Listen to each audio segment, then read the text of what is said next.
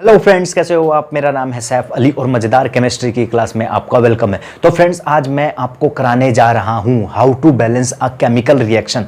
और फ्रेंड्स, मेरा ये आपसे प्रॉमिस है, अगर आप इस वीडियो को पूरा देख लेते हो, और ये वीडियो ज़्यादा बड़ी होने वाली भी नहीं है, मैं पूरी कोशिश करूंगा, कम से कम समय लूंगा आपका, और आपको एकदम पूरे अच्छे से how to balance a chemical reaction कि रिएक्शन को कैसे बैलेंस करते हैं, ये आपको पूरा अच्छे से समझा दूं, ताकि आपके कभी भी एग्जाम में, कभी भी यूटीज में, कभी भी असाइनमेंट में अगर रिएक्शन को बैलेंस करने के लिए कहते हैं तो आप एकदम आराम से, एकदम बड़े प्यार से, अच्छे से उस रिएक्शन को बैलेंस कर दो बिना कंफ्यूज हुए। तो फ्रेंड्स, चलिए स्टार्ट करते हैं। तो सबसे पहले टॉपिक डालते हैं अपना, how to balance a chemical reaction. तो फ्रेंड्स, पहले दो रिएक्शन लेता हूं आपके सामने।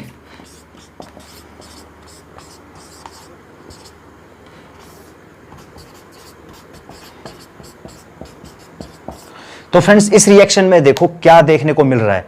पहले आपको इतना तो पता ही होगा कि ये जो होता है ये रिएक्टेंट होता है और ये प्रोडक्ट होता है। मतलब जो आपके लेफ्ट हैंड साइड में होता है वो रिएक्टेंट होता है, क्योंकि आपस में रिएक्ट हो रहे हैं और एक न्यू सब्सटेंस दे रहे हैं, जो कि एक न्यू कंपाउंड भी कह सकते हो, न्यू कंपाउंड दे रहे हैं, वो होता है, कहलाता है प्रोडक्ट। तो सेम इसके लिए भी और इसके लिए भी। अब आप देखो इन दोनों रिएक्शन में आपको क्या देखने को मिल रहा है। आप सोचोगे यार ये तो सब सेम ही है, इधर C और O2 कंबाइन होकर CO2 मिल रहा है, इधर H2 और O2 कंबाइन होकर H2 मिल रहा है। तो इसमें फर्क क्या है? फर्क इस चीज का है कि ये रिएक्शन बैलेंस्ड है और ये अनबैलेंस्ड है। अब आप कहोगे कैसे? तो बस यही तो आपको बताना है मुझको।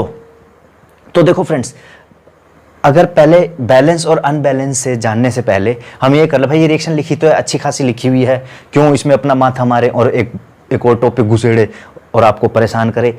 तो फ्रेंड्स देखो, हम रिएक्शन को बैलेंस क्यों करते हैं ये जान लेते हैं, तब आपको मजा भी आएगा बैलेंस करने में, और तब आपको अहमियत पता चलेगी कि हाँ भाई रिएक्शन को क्यों बैलेंस करना चाहिए।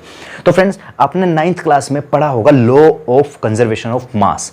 Law of conservation of mass क्या कहता है? Mass neither be created nor be destroy.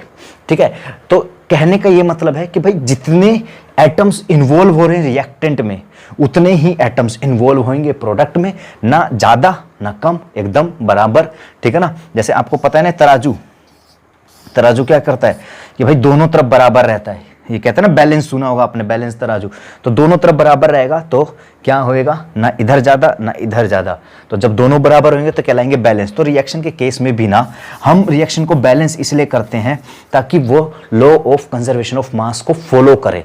ठीक है, अब ये रिएक्शन बैलेंस कैसे है? देखो, इसमें रिएक्टेंट में देखो, इधर कार्बन है और इधर ऑक्सीजन है, तो कार्बन इधर 1 है, ऑक्सीजन इधर 2 है।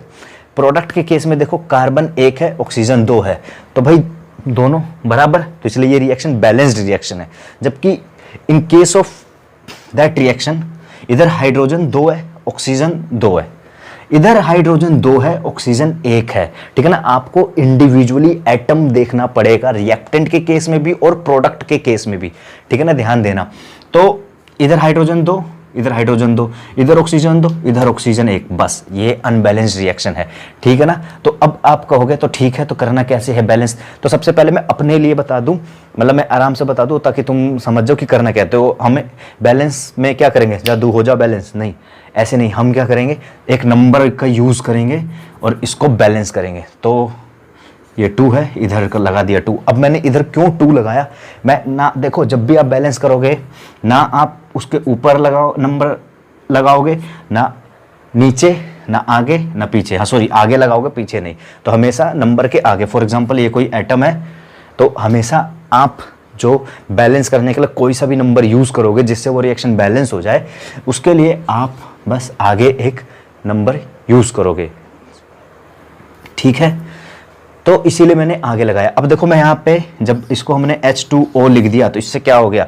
अब यहाँ पे ना मल्टीप्लाई होता है, हाइड्रोजन क्या हो गया? 4 हो गया। ठीक है, ऑक्सीजन 2 हो गए। ठीक है, जब इधर ऑक्सीजन 2 हो गए और हाइड्रोजन तो 4 हो गए, अरे बाबा गड़बड़ी हो गई। तो कुछ गड़बड़ी नहीं हुई, इधर भी आप 2 लगा दो।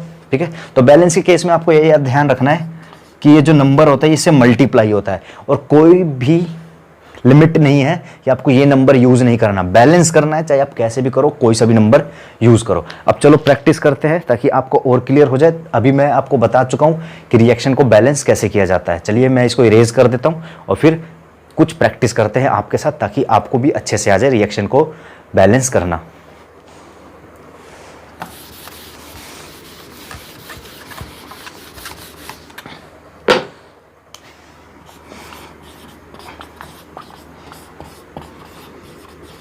तो फ्रेंड्स देखो, ये मैंने आपके सामने एक रिएक्शन लिखी है, अब आपको इसको बैलेंस करना है।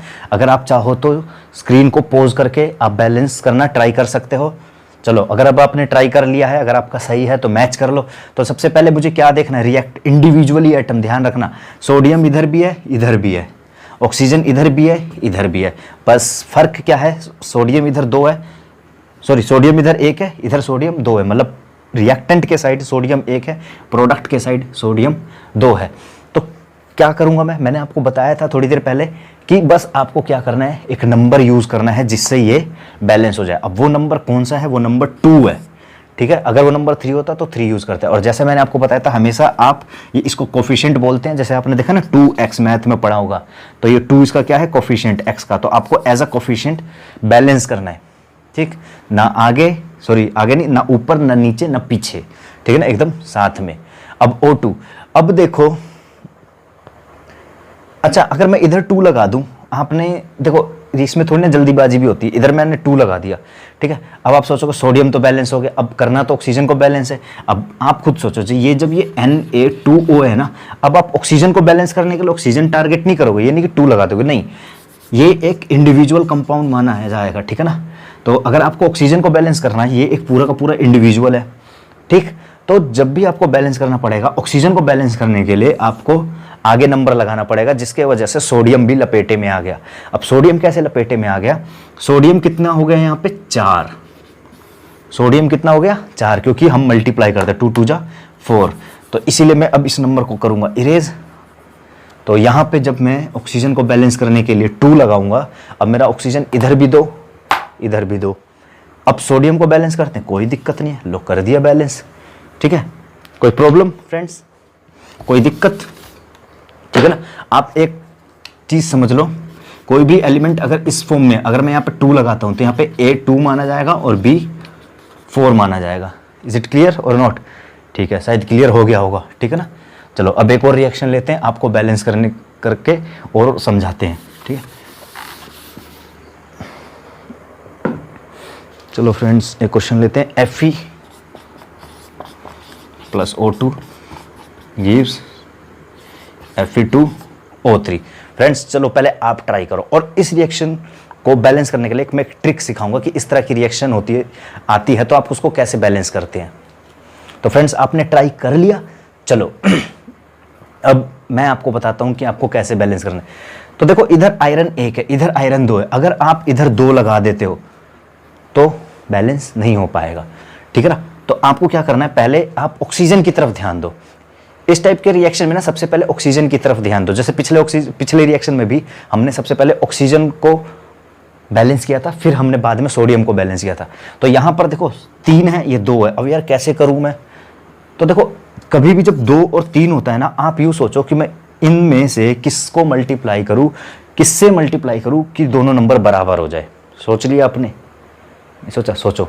तो देखो इन दोनों को मल्टीप्लाई करने पे आंसर सेम आए, वो एक नंबर ऐसा है, और वो है अगर मैं इसको 2 से करूं और इसको 3 से करूं, ठीक है। तो जब इसको 3 से करूंगा तो 6, इसको भी 3 से करूंगा तो 6। तो इसीलिए दोस्त ये 3 है ना, तो मैं यहाँ पे 2 लगा दूंगा। जब मैंने यहाँ पे 2 लगा दिया तो ये क्या होगा, 2 3 जा 6, और यहाँ पे क्या लगा दूंगा 3, तो ये हो गया 3 2 जा 6। अब बात आई आयरन की, तो 2 भाई अब मेरे पास आयरन अकेला है तो कुछ भी लिख दो, ठीक है ना, जितनी की जरूरत पड़ रही है। 2 2 जा 4, तो 4 लिख दिया, और ये रिएक्शन हो गई बैलेंस। तो फ्रेंड्स मुश्किल लग रहा है आपको, नहीं ना, कितना आसान है। अब चलो एक दूसरी टाइप की रिएक्शन लेते हैं हम। तो अब हम ले रहे हैं BaCl2 plus H2SO4 gives BaSO4 plus HCl। ठीक है फ्रेंड्स, हमने एक रिएक्शन लिख ली BaCl2 plus H2SO4 BaSO4 plus HCl। ये रिएक्शन में आपको बड़ी दिख रही होगी और आपको इवेल्युएट करना भी मुश्किल हो रहेगा कि यार कौन सी बैलेंस है कौन सी बैलेंस नहीं है, पता करना मुश्किल हो रहेगा आपके लिए। तो बिल्कुल टेंशन मत लो। देखो मैं इसमें आपको एक चीज़ बता दूँ, एक ट्रिक बता दूँ कि आपको ना SO4 को एक सिंगल कंसीडर करना है। आप ऐसे सल्फर ऑक्सीजन ऐसे मत देखो। तो आप देखो SO4 इधर भी एक है, SO4 इधर भी एक है। अब SO4 को छोड़कर बाकी चीज़ें देखो।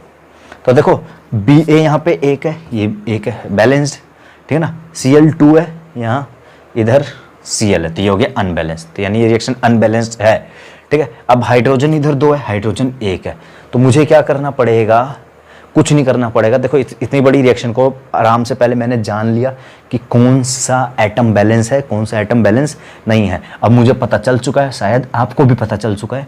तो आप यहाँ पे क्या लगाओगे, यहाँ पे लगाओगे 2, ठीक है। अब यहाँ पर 2 लगाने से क्या हुआ, 2 हाइड्रोजन हो गए और 2 क्लोरीन हो गए। बस इधर 2 हाइड्रोजन इधर 2 क्लोरीन। देखो कुछ और बच रहा है यहाँ पे जो अनबैलेंस्ड हो, तो मेरे हिसाब से तो यहाँ पर कुछ नहीं बच रहा है और ये रिएक्शन हो चुकी है बैलेंस्ड।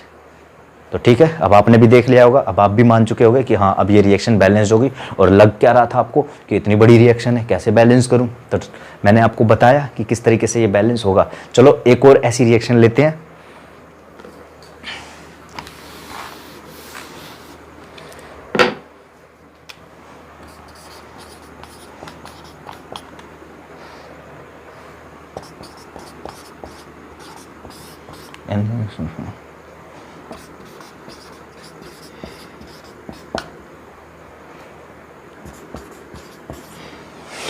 तो फ्रेंड्स फिर से आपके सामने एक आ गई है उसी तरीके से रिएक्शन।